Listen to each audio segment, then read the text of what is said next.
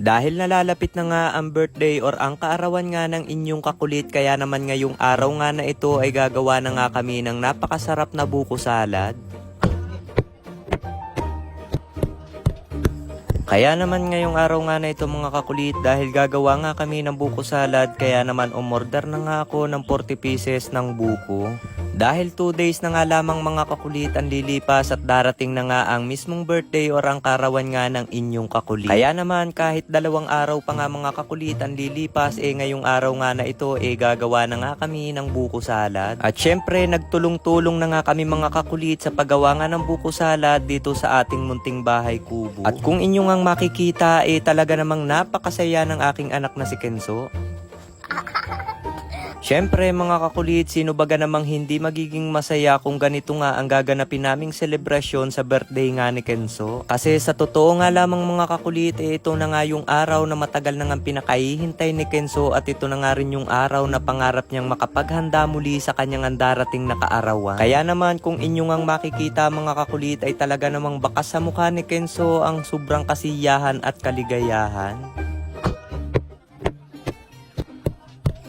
Naaalala ko nga mga kakulit ng mga panahong ako nga ay bata pa, at sa tuwing dumarating nga ang aking birthday or ang aking kaarawan talaga namang hindi ko nararanasan ang mga ganitong bagay. Dahil na rin siguro mga kakulit sa sobrang hirap nga ng aming pamumuhay noon. Pero dahil kaya ko naman ang ibigay sa aking mga anak ngayon ang mga bagay na hindi ko naranasan noon, kaya naman ginagawa ko nga sa kanila ngayon. Dahil kung ano man yung ginagawa ko sa kanila ngayon mga kakulit at nakikita ko kung gaano sila kasaya, ay mas doble nga ang saya na aking nararamdaman. At saka yung mga ganitong bagay nga mga kakulit isang beses lamang naman ito nangyayari sa loob nga lamang ng isang taon.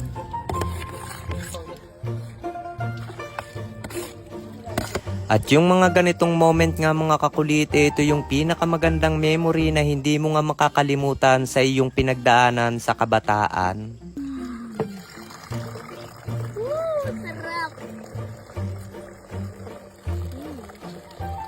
Kaya naman yung mga bagay nga na minsan lamang mangyari dapat pinaglalaanan. Dahil sa buhay nga ng tao mga kakulit mas masarap mabuhay sa mundo kung puno ng saya at ligaya. Dahil yung mga bagay mga kakulit na nararanasan natin ngayon at natatamasa natin ngayon pagdating ng panahon hindi na natin yon mararanasan muli. Dahil sa buhay nga ng tao mga kakulit, ang may reverse nga lamang ang video na aming ginagawa, pero ang buhay ng tao wala ng reverse. Kaya naman habang nabubuhay nga tayo sa ibabaw ng mundo gawin natin yung mga bagay na ikakasaya natin. Basta wala tayong tinatapakan na ibang tao. At syempre ang isa sa pinakamasarap sa pakiramdam mga kakulit yung meron nga tayong napapasaya na tao. Lalo na kung ang ating napapasaya na tao yung ating pamilya or yung ating mga anak. O diba? At syempre mga kakulit, wala namang magulang na naghahangad na maging malungkot nga ang kanilang pamilya or yung kanyang anak, o diba? Mas masarap pa nga sa pakiramdam kapag nakikita mo kung gaano kasaya ang iyong pamilya. Meron nga tayong kasabihan mga kakulit na kung kaya mong ibigay ang ikakasaya ng iyong pamilya, iibigay mo na. Dahil yung saya na naipakikita mo at naibibigay mo sa kanila kahit kailan hindi kayang tumbasan ng kahit anong material na bagay. Kaya naman sa aming gaganapin nga na ito mga kakulit na birthday celebration ng inyong kakulit ay inyong ang abangan kung gaano siya magiging masaya.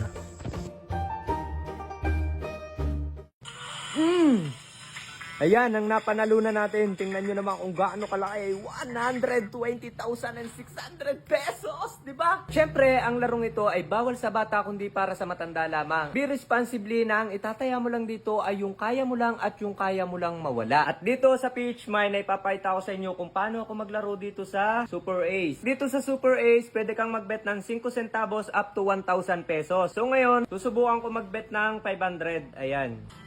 Yan. Uy, 3 scatter agad oh. Free tennis pin agad. Okay. 1-6.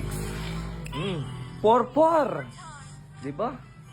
4-2. Tingnan nyo kung gaano kalaki. 25,000. 63,000. Hala, sige. Bakit 10,000? Ibagsak mo ba? 1-2. Wala, laki na. 1-6. 3-6. 4,000 for the first time to, ganito kalaki. 2,000. Yeah. Ayan, ang napanalunan natin. Tingnan nyo naman kung gaano kalaki. 120,600 pesos, di ba? Ayan o, kung makikita nyo, yung pera natin kanina na 50,000, naging 136,000 na. Di ba? Ganun lang kadaling maglaro at manalo dito sa PH Mine. So ngayon, ano pang ginagawa mo? Nasa comment section ng link, mag-download at mag-register ka na. At syempre, ang larong ito ay bawal sa bata kundi para sa matanda lamang. At be responsibly na ang itataya mo lang dito ay yung kaya mo lang at yung kaya mo lang mawala. Sa unang 10 tao na magre-register at magdi-deposit, mamimili ako ng bibigyan ko ng 500.